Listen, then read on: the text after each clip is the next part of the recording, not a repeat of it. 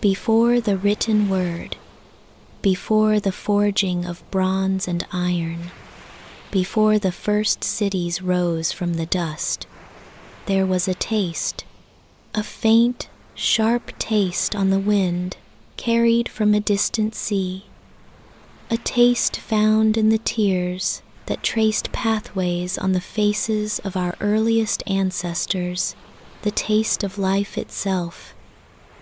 Tonight, we do not follow the path of a seed, but the echo of an ancient ocean.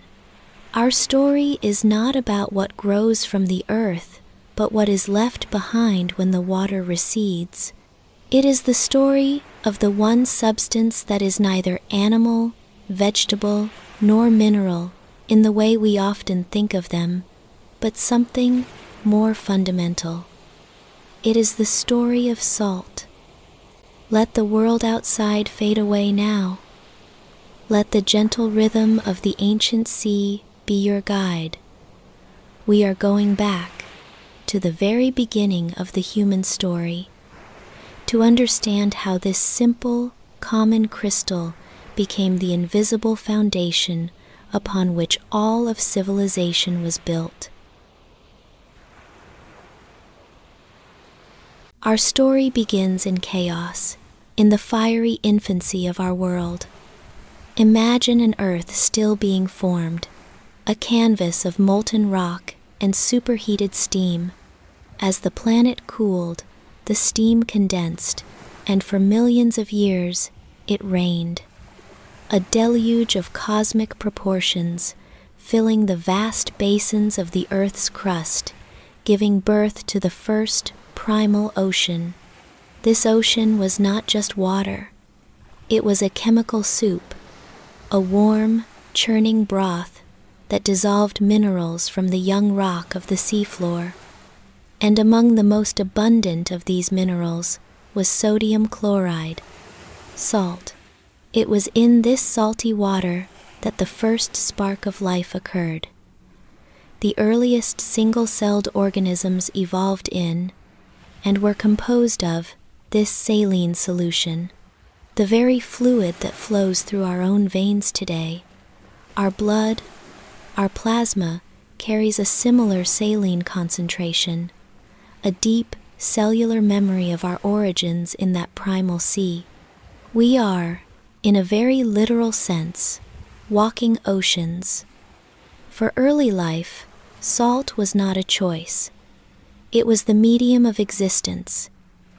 But as life evolved, crawling from the sea onto the barren land, a new, critical challenge emerged. To survive on land, away from the constant embrace of the salty ocean, all creatures, including the early hominids who would become our ancestors, had to find a way to obtain this essential mineral. The quest for salt had begun. For hundreds of thousands of years, this quest was simple, almost subconscious. Early humans, living as nomadic hunter-gatherers, obtained all the salt they needed from their diet. They were carnivores, and the flesh and blood of the animals they hunted provided a rich, ready source of sodium chloride. Every successful hunt was not just a feast of protein and fat. It was a life-sustaining infusion of salt. They followed the great herds of herbivores, the mammoths, the bison, the wild deer, and they noticed something. They saw these great beasts congregating in specific locations, licking at exposed rock faces or drinking from brackish pools of water. These were natural salt licks, places where underground salt deposits had been pushed to the surface. These locations became sacred. They were places of congregation, not just for animals, but for the hunters who followed them. The paths to these salt licks, worn down by the hooves of countless generations of animals, became the first roads, the human understanding of geography. The first maps drawn in the mind were often centered around these vital points on the landscape where the earth itself offered up the taste of the sea. In this era, salt was not yet a commodity. It was a part of the natural world, a gift consumed at its source. There was no need for preservation, for storage, for trade. Life moved with the seasons and the herds, and salt was simply a reward for the hunt. But this was about to change. A great revolution was coming, one that would fundamentally alter humanity's relationship with the earth and with salt forever. This revolution was agriculture. Around 10,000 years ago, in the Fertile Crescent and other parts of the world, humans began to do something unprecedented. They stopped wandering. They learned to cultivate crops, wheat, barley, rice, and to domesticate animals. They built permanent settlements, which would grow into the first villages and towns. This shift created civilization as we know it, but it also created a profound and dangerous dietary problem. A diet based on grains and vegetables is naturally very low in salt, and while they kept domesticated animals, the practice of slaughtering them was less frequent, and the blood, a primary source of salt, was often lost. For the first time in human history, a large, settled population was facing the threat of salt deficiency. The effects would have been slow but debilitating. A lack of salt leads to lethargy, muscle cramps, dizziness, and a general failure to thrive. A civilization cannot be built by a people who are chronically ill. The new farmers of the world were facing a crisis. They had achieved food security in terms of calories, but they had lost their natural source of this essential mineral. This dilemma sparked the first human industry. The passive gathering of salt at natural licks was no longer sufficient. Humanity needed to find a way to produce salt, to harvest it, control it, and distribute it to these new, stationary populations. The quest for salt transformed into the production of salt, and in doing so, it became one of the first true forms of technology and commerce. The first and most obvious solution was to turn back to the source, the great ocean. Along the sun-drenched coastlines of the world, early civilizations learned to work with the sun and the sea in a patient, elegant partnership. This was the birth of solar salt production. The method was simple in principle, but required careful observation and labor. They would dig a series of shallow, interlocking pools, or salt pans, in the coastal clay. At high tide, they would open a channel, allowing the seawater to flood the first, largest pond. Then, they would close the channel, trapping the water, and then they would wait. The sun, a relentless, benevolent force, would begin its work. Day after day, it would beat down on the surface of the pond, and the water would slowly begin to evaporate, rising as vapor into the air, leaving the heavier salt behind. The brine in the pond would become progressively more concentrated. When it reached a certain point, the salt makers would transfer this supersaline brine into a second, smaller pond, and then a third, and so on. In the final, shallowest pond, the magic would happen. As the last of the water evaporated under the heat of the sun, the sodium chloride would have nowhere left to go.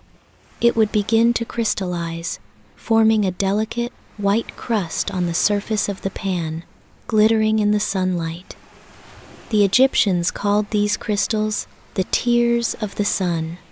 The salt makers would then carefully rake this crust of salt, gathering it into white mounds that looked like small hills of snow under the hot blue sky.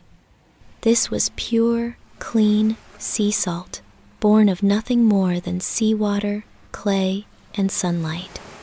It was a slow, seasonal process, entirely dependent on the weather, but it provided a reliable, renewable source of this vital mineral. The great coastal civilizations, from the Egyptians to the Romans to the Chinese, all built their foundations on the salt harvested from these coastal pans. But not all civilizations lived by the sea. For those in the interior of the continents, a different solution was required. They had to look not to the present ocean, but to the ghosts of ancient oceans long since vanished. Millions of years ago, vast inland seas had covered areas that were now mountains and plains. When these seas evaporated over geological time, they left behind immense buried deposits of solid salt. These deposits were like underground mountains of pure crystal. This was rock salt, or halite.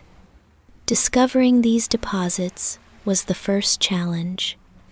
Often, it was the presence of a salty spring, or brine spring, that indicated a large deposit lay beneath. Early peoples learned to harvest salt from these springs, either by boiling the water away in clay pots, a fuel-intensive process, or by channeling the brine into ponds for solar evaporation, just as their coastal cousins did. But the true prize was the rock salt itself. This led to one of the earliest forms of mining. Imagine the courage and effort it took. Using primitive tools picks made of stone and antlers, wedges made of wood, these ancient miners would dig shafts and tunnels deep into the earth, following the veins of salt. The world inside a salt mine is an otherworldly place. The air is dry and still. The walls are not made of dull rock, but of translucent, crystalline salt that gleams and reflects the torchlight, creating a subterranean palace of shimmering light. In some of these ancient mines, like those in Hallstatt, Austria, which have been worked for over 7,000 years, the preservation is astonishing. The salt is such a powerful preservative that archaeologists have found the discarded tools, leather bags, and even the clothing of these Bronze Age miners perfectly preserved after millennia.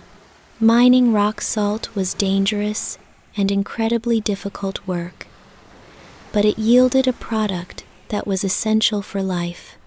The great trade routes of the ancient world were often pioneered not for spices or silk, but for the movement of this heavy, essential stone. The salt from the mines of the Alps would travel hundreds of miles to supply the tribes of Gaul and Germania. Entire towns and economies grew around these mines, their existence entirely dependent on the demand for the earth's buried bounty.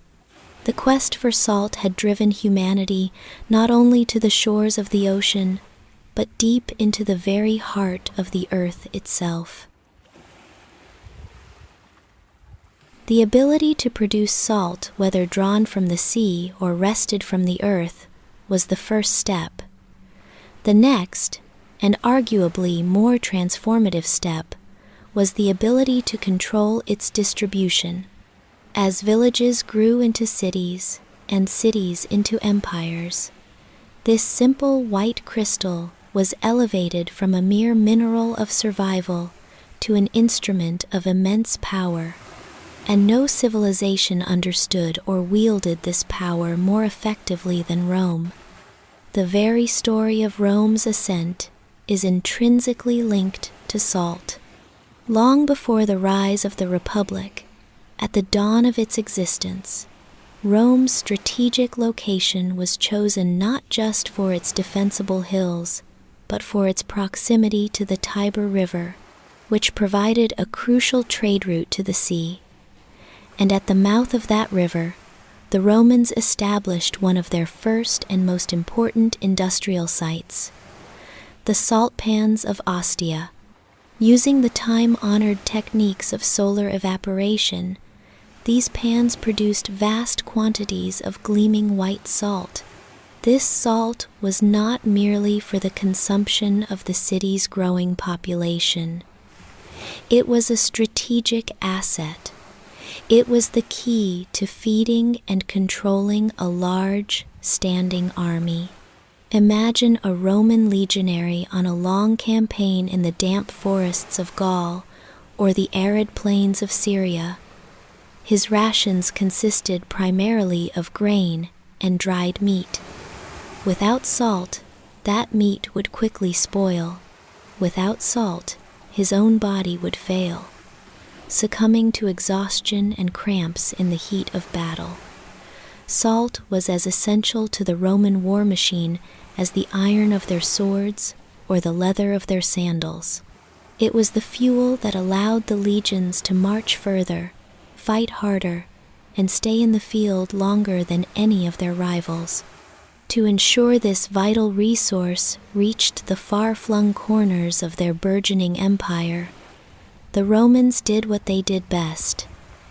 They constructed one of their very first great highways, the Via Salaria, the Salt Road.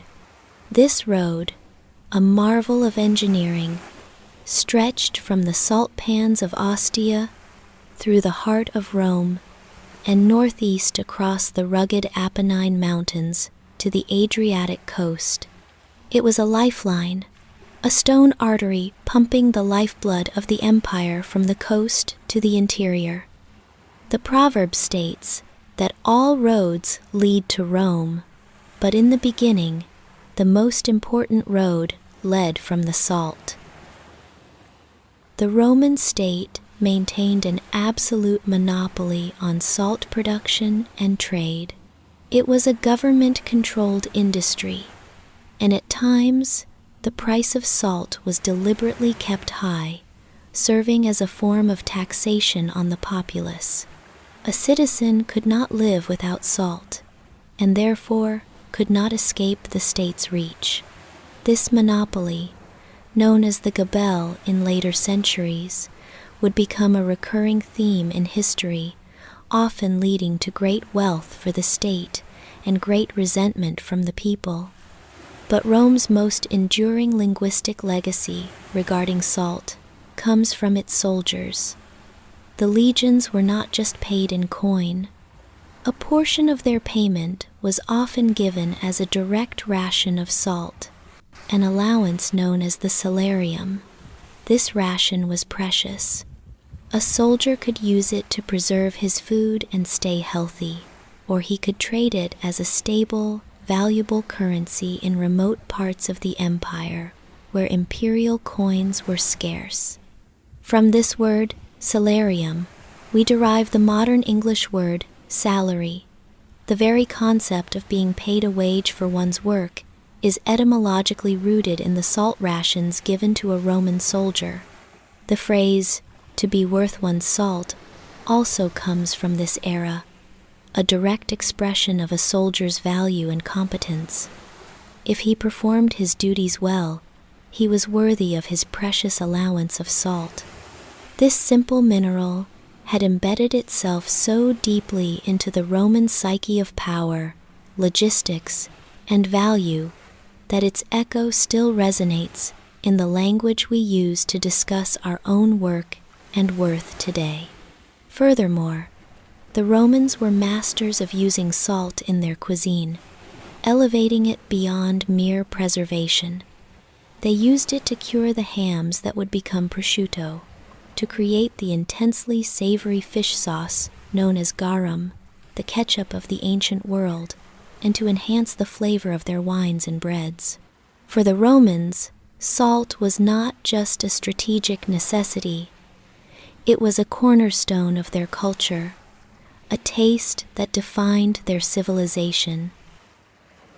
Half a world away, another great empire was built upon a foundation of salt, but with a different philosophy and an even more centralized system of control. In ancient China, the importance of salt was recognized from the earliest dynasties. The mythological Emperor Huangdi, the legendary Yellow Emperor, is even credited with presiding over the first war for salt. Like the Romans, the early Chinese harvested salt from both the sea and from the earth. They were particularly ingenious at brine mining. As early as the 3rd century BCE, in the province of Sichuan, Chinese engineers were drilling deep boreholes into the earth, some reaching depths of hundreds of meters. They would lower long bamboo tubes down these holes to extract the brine, which they would then pipe through other bamboo conduits to vast evaporation pans, where it was boiled using natural gas from the same boreholes. It was a sophisticated, vertically integrated industrial process that was centuries ahead of its time. But the true genius of the Chinese system was political. In 119 BCE, during the Han Dynasty, the Emperor Wu, facing costly wars against the Xiongnu nomads to the north, and needing a stable source of revenue, took a monumental step. He nationalized the entire salt and iron industries, making them state monopolies. This was the establishment of the Yan Tai Zhuanmai. This act transformed the Chinese state. Instead of relying solely on taxing the land of peasants, a tax which could fluctuate wildly with harvests and famines, the government now had a constant, massive stream of revenue from a product that every single person, rich or poor, had to buy. This salt revenue funded the great works of the empire, the expansion of the Great Wall, the maintenance of the army, the intricate bureaucracy, and the vast canal systems that connected the country. This monopoly was enforced with an iron fist. Private salt production, or smuggling, was a crime punishable by death. The government set the price, controlled the distribution centers, and licensed all merchants. It was a system of total control, far more comprehensive than even the Romans had attempted. While it provided immense power and stability to the state, it also created a deep-seated tension. For the common person, the salt monopoly was a constant and heavy burden, a daily reminder of the emperor's absolute authority. This tension would simmer for centuries, occasionally boiling over into peasant rebellions, many of which were sparked by a sudden, sharp increase in the price of salt. As the Roman Empire crumbled and Europe entered the Middle Ages, the centralized control over salt dissolved. Local lords and monasteries took over production, but no single power dominated the trade until a new, unlikely empire rose from the sea itself. This was the Republic of Venice. Venice is a miracle of a city, seemingly floating on the water of its lagoon. Its existence and its eventual dominance was owed entirely to salt. The early inhabitants of the Venetian lagoon, fleeing from barbarian invasions on the mainland, found themselves in a marshy, inhospitable environment. They could not farm, they could not raise livestock, but they had one abundant resource, the salty water of the lagoon. They became masters of solar evaporation, refining the techniques they had inherited from the Romans. They built a vast network of salt pans, and the salt they produced, known as Chioggia salt, was renowned for its purity and whiteness. While other parts of Europe struggled, the Venetians had a product that everyone needed. They began to trade their salt for grain, wood, and other necessities from the mainland. This was the beginning of the Venetian commercial empire. Their ships, initially just barges carrying salt up the rivers of Italy, grew into great merchant galleys that would dominate the entire Mediterranean. They did not just sell their own salt. They used their wealth and naval power to control the salt trade from other regions as well, from the coasts of North Africa to the shores of the Black Sea. The Venetians were ruthless in their business. They would forge treaties, establish exclusive trading rights, and, if necessary, wage war to protect their salt monopoly. The immense wealth that flowed into the city from the salt trade funded the construction of the glorious palazzos, the magnificent churches like St. Mark's Basilica, and the powerful navy that made Venice the queen of the seas. The city's government, the Doge and the Council of Ten, meticulously managed the salt trade, known as the Sal. It was the bedrock of the state's finances. Every transaction, every shipment, was tracked and taxed. This focus on the business of salt bred a unique culture of pragmatism, commerce, and statecraft.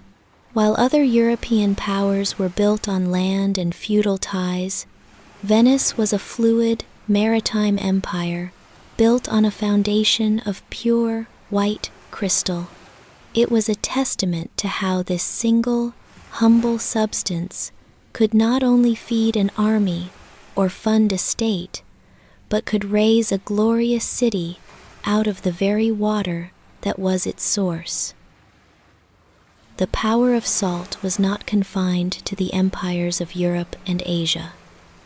In the heart of Africa, it was the basis for legendary wealth and vast, powerful kingdoms. In the Sahara Desert, one of the driest places on earth, salt was a commodity more precious than any other. It was, quite literally, white gold. In the blistering heat of the desert, both humans and livestock lose vast amounts of salt through sweat. It is essential for survival. While the peoples of West Africa, in the lush regions south of the Sahara, had an abundance of gold, they had almost no local sources of salt. Conversely, deep within the desert itself, at places like Tagaza and Taudeni, were vast, ancient salt flats, the beds of prehistoric lakes. Here, salt could be quarried in great, heavy slabs, almost like blocks of stone. This geographic imbalance created one of the most remarkable trade routes in human history, the trans-Saharan salt trade. For centuries, great camel caravans, sometimes numbering in the thousands, would undertake the perilous journey from the salt mines of the Sahara southward to the gold-rich kingdoms of Ghana, Mali, and Songhai. The journey was an epic undertaking, a multi-month trek across a sea of sand, guided only by the stars and the knowledge of generations. The Tuareg people, the legendary blue men of the desert, became the masters of this trade, their expertise in navigating the harsh landscape making them indispensable. When the caravans arrived in trading cities like Timbuktu, the exchange would take place. Slabs of salt from the north were traded, often pound for pound, for gold dust from the south. This trade created unimaginable wealth. Timbuktu became a legendary center of commerce and Islamic scholarship, a golden city built on a foundation of salt. The great West African empires, like the Mali Empire under its famous ruler Mansa Musa, derived their immense power and legendary riches directly from their control over this salt for gold trade. In this part of the world, a simple mineral, essential for life, had achieved a value equal to that of the most coveted precious metal on earth, demonstrating once again its universal and fundamental importance in the story of human civilization. The concept of a state monopoly on salt, which had been perfected by the Han Dynasty and utilized by the Romans, did not fade with the fall of empires. In medieval and early modern Europe, it was reborn, and nowhere did it become a more hated or powerful symbol of oppression than in France. In the mid-14th century, the French monarchy established the gabelle, a tax on salt that would become one of the most enduring and despised taxes in human history. The system was not merely a tax on the purchase of salt. It was a masterpiece of fiscal cruelty. The kingdom was divided into different regions, each with a wildly different tax rate. In some areas, the tax was relatively low. In others, the Pays de Grande Gabelle, the tax was astronomical, increasing the price of salt by more than 1,000%. But its true genius and its horror lay in its enforcement. The French crown decreed that every person over the age of 8 was legally required to purchase a minimum amount of salt each week at the fixed, high price. This was the sel du devoir, the salt of duty. You could not avoid the tax by simply using less salt. You were forced to buy it, whether you could afford it or not. This salt, the duty salt, could only be used for the table for cooking and seasoning. To preserve food, such as curing meat for the winter, one had to apply for permission to buy additional salt at a slightly different rate. The rules were complex, invasive, and designed to extract the maximum amount of revenue from the poorest subjects. An army of tax collectors, the gabelus, patrolled the kingdom. They were feared and loathed figures who could enter a home at any time to check if a family's salt cellar matched their purchase records. The smuggling of untaxed salt, or faux sonnage, became a desperate act of survival for many. Men, women, and even children would risk their lives to smuggle salt from low-tax regions or from illegal production sites. The penalties were brutal: imprisonment, galley slavery, and, for armed smugglers, death. Thousands upon thousands of people were executed or sent to the galleys for the crime of salt smuggling. For over 400 years, the gabelle was the symbol of an unjust and tyrannical government. It was a tax not on luxury, but on life itself. It was, as some called it, a tax on human tears. It is no surprise, then, that when the winds of revolution finally began to blow across France, the abolition of the gabelle was one of the first and most passionate demands of the people. The storming of the Bastille in 1789 was not just about bread, it was also about salt.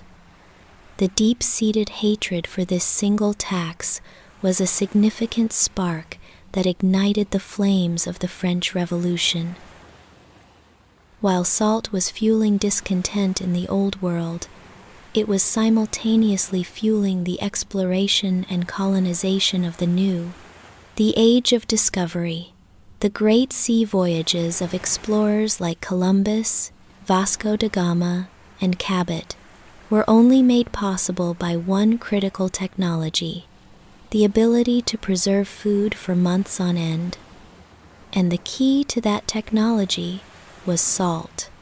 Before the 15th century, European fishing was largely confined to coastal waters.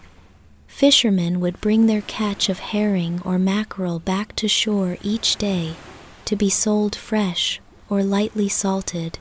But then, Basque fishermen from the coasts of Spain and France, pursuing whales, stumbled upon a biological treasure of unimaginable scale. The Grand Banks off the coast of Newfoundland. This was an underwater plateau, a meeting point of ocean currents that created the richest fishing ground on the planet. The waters were so thick with codfish that sailors would claim you could lower a basket and pull it up full. But Newfoundland was thousands of miles from Europe. To exploit this resource, they needed a way to preserve the fish for the long journey home. They found the answer in salt curing.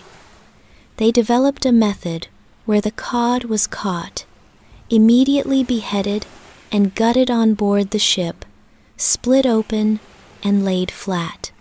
It was then packed between thick layers of salt in the ship's hold. The salt drew out all the moisture from the fish, leaving behind a hard, dry, and almost indestructible plank of preserved protein. This was salt cod, or bacalhau. It could last for years without spoiling. This discovery triggered a cod rush that rivaled the gold rushes of later centuries. Fleets of ships from England, France, Portugal, and Spain set sail for the Grand Banks each year. They established small, seasonal fishing stations along the desolate coasts of Newfoundland and New England. These humble camps, stinking of fish and salt, were some of the very first European footholds in North America. The salt cod trade became a cornerstone of the new Atlantic economy. It fed the growing cities of Europe, provided a cheap source of protein for the enslaved people on the sugar plantations of the Caribbean, and created vast fortunes for the merchants of port cities like Bristol and Boston. The quest for fish to salt and the quest for salt to cure the fish were intertwined forces that drove the expansion of European empires across the ocean. The colonization of North America, in its earliest days, was as much about salt and cod as it was about God and gold.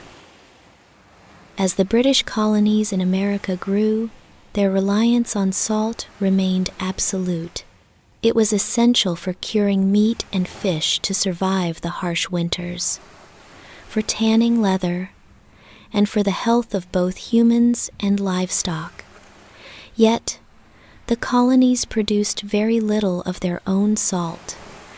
The climate and coastline of New England were not as well suited for solar evaporation as the Mediterranean. Instead, they were dependent on imports. The cheapest and best salt came from the British-controlled Caribbean islands, like the Turks and Caicos. The British Crown, in its classic mercantilist policy, placed heavy taxes and duties on this salt trade, creating another source of revenue and another point of friction with the colonists. When the American Revolution broke out in 1775, this dependency became a critical strategic weakness. The British Royal Navy quickly blockaded the American coast, cutting off the supply of imported salt. This created a salt famine that threatened to cripple the Continental Army and starve the civilian population. Preserving food for General Washington's army became a desperate challenge. Rations spoiled. The war effort was in jeopardy. The crisis spurred a wave of ingenuity and enterprise. The Continental Congress offered bounties and grants to anyone who could successfully produce salt on American soil. Small-scale saltworks were hastily constructed all along the coast, from Cape Cod to the Carolinas. Seawater was boiled in large iron pans, a difficult and fuel-intensive process, but a necessary one. In Syracuse, New York, the brine springs of Onondaga Lake were developed, becoming a vital domestic source of salt for the new nation. The struggle for salt during the Revolution highlighted the fundamental importance of self-sufficiency. It was a practical, logistical battle that was just as crucial as the military campaigns. The ability to produce their own salt was, in a very real sense, a declaration of economic independence from Britain. After the war, the development of a domestic salt industry became a priority for the young United States, ensuring that the nation would never again be held hostage by its need for this essential white crystal. As the 19th century progressed, the story of salt took another dramatic turn. For millennia, its primary uses had been biological and culinary for diet and for preservation. But the dawn of the Industrial Revolution would unlock the chemical secrets hidden within the salt crystal, transforming it from a simple mineral into a fundamental building block of the modern industrial world. The breakthrough came in the late 18th century with the work of French chemist Nicolas Leblanc. At the time, soap and glass were made using soda ash, which was derived from burning certain plants, a slow and inefficient process. The French Academy of Sciences offered a prize to anyone who could devise a method for producing soda ash from a common, cheap material.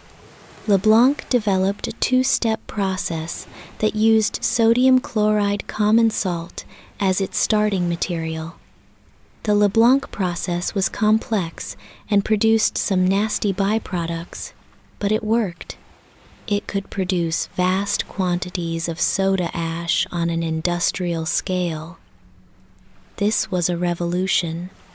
Suddenly, soap, which had been a luxury item, could be mass-produced, leading to unprecedented improvements in public hygiene and health. The glass industry boomed, providing windows for the new factories and homes of the industrial age. This was just the beginning. Chemists soon learned that salt was the gateway to a whole new world of industrial chemistry. Chlorine, derived from salt through electrolysis, was found to be a powerful bleaching agent. This transformed the textile industry, allowing cotton to be bleached white in hours, rather than the weeks of sun bleaching it had previously required. Chlorine also became the key to modern sanitation, used to purify drinking water and prevent the spread of diseases like cholera and typhoid in the crowded, new industrial cities. From salt, industries learned to make sodium bicarbonate, baking soda, sodium carbonate, washing soda, and a vast array of other chemicals that are essential for manufacturing everything from paper and plastics to fertilizers and pharmaceuticals. The humble salt crystal, once valued for what it was now valued for what it could become. It was no longer just the stuff of life. It had become the engine of industry, an invisible but indispensable component in the very infrastructure of our modern world. As salt became an invisible engine of industry, its power as a visible symbol of political oppression did not wane. Empires had been built on controlling salt, and now an empire would be shaken to its core by a protest against that very control. The stage for this extraordinary confrontation was the British Raj in India. Much like the French monarchy with its gabelle, the British Empire in India held a strict and highly profitable monopoly on the production and sale of salt. The India Salt Act of 1882 outlawed the private collection or sale of salt. Every Indian, from the wealthiest prince to the most destitute peasant, was forced to buy heavily taxed salt from the British government. For the poor, this tax was a crippling burden on their already meager existence. It was a tax on a daily necessity, a constant, stinging reminder of their subjugation. In 1930, a new voice of defiance was rising in India. Mohandas Karamchand Gandhi, whom the people called Mahatma, or Great Soul, was pioneering a revolutionary new form of protest, satyagraha, or nonviolent civil disobedience.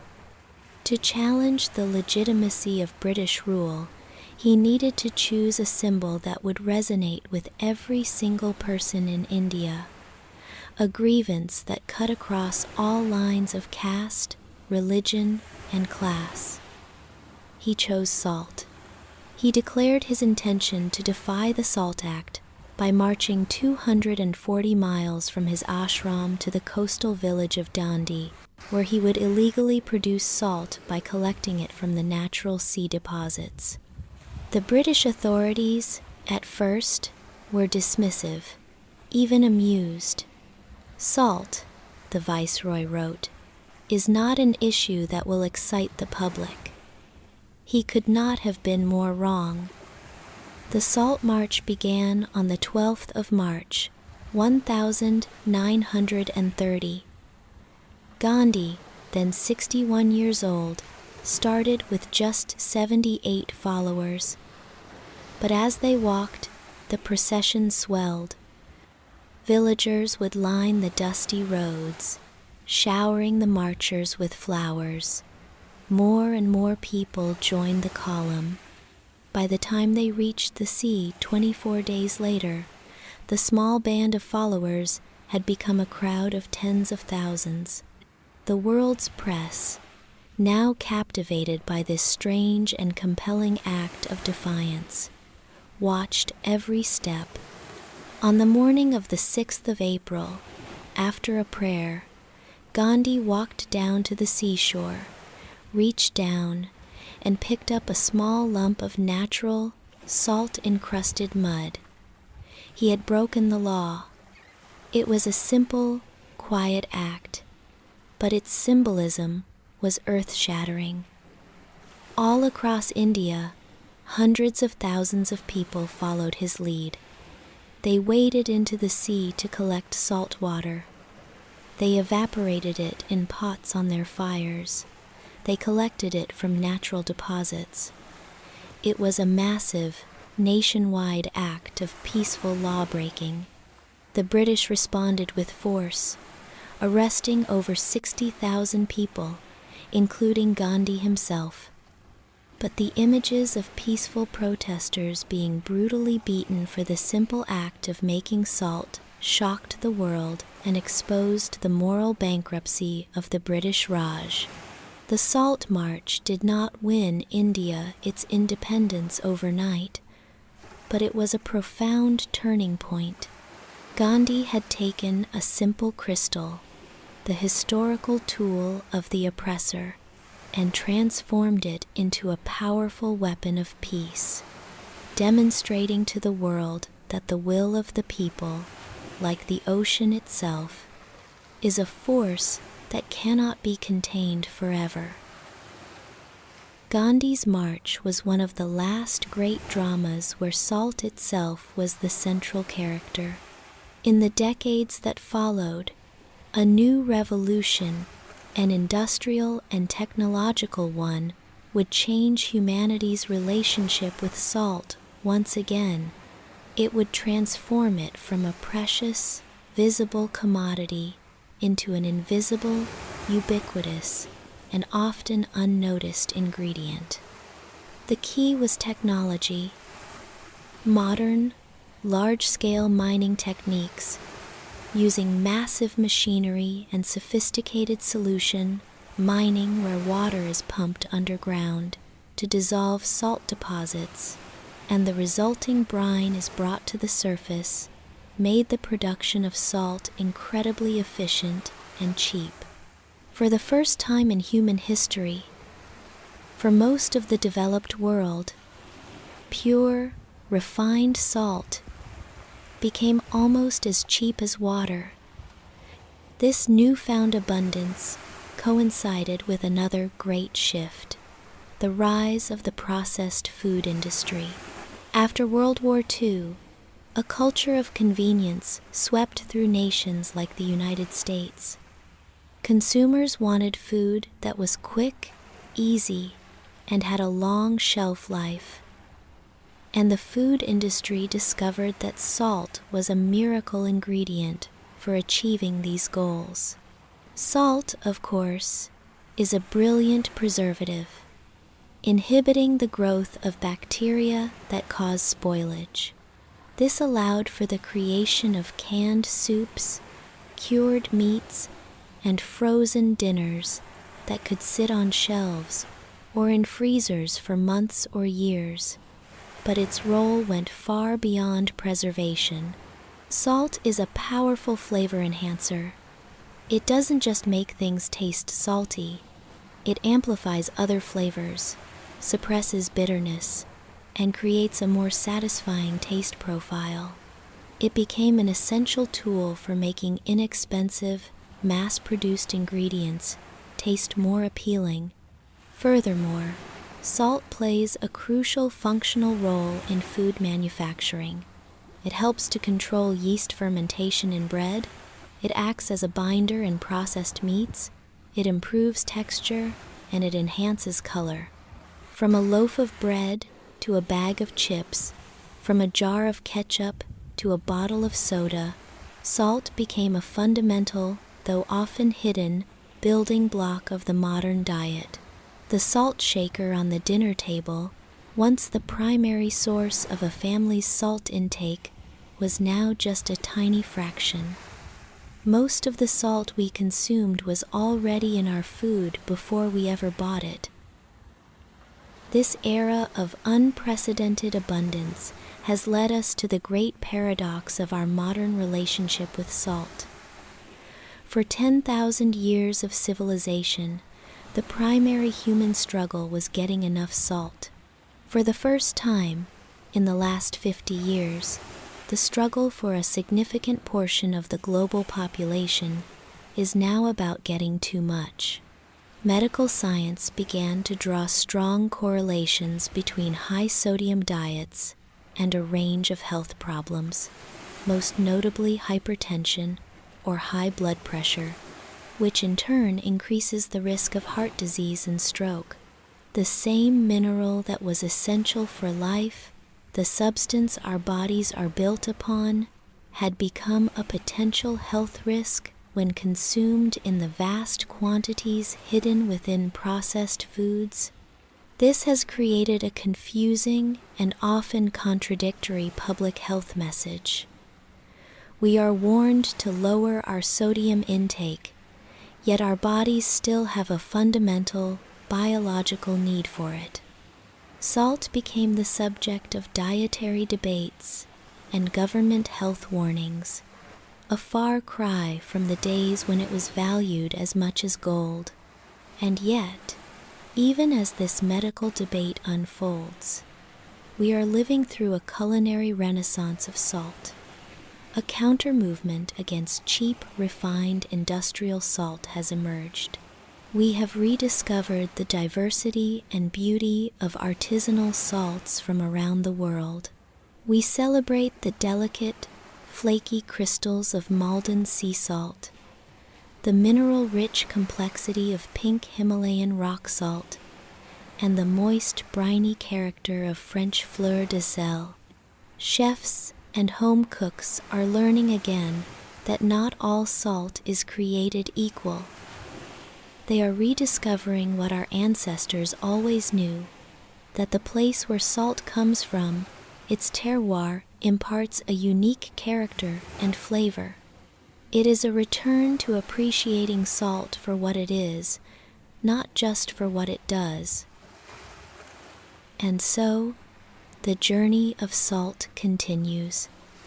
Its story is the story of humanity. It is in the very water of our bodies, an echo of the primal ocean where life began. It was the driver of our first industries, the currency of great empires, and the cause of their downfall. It was a catalyst for revolution, both violent and peaceful.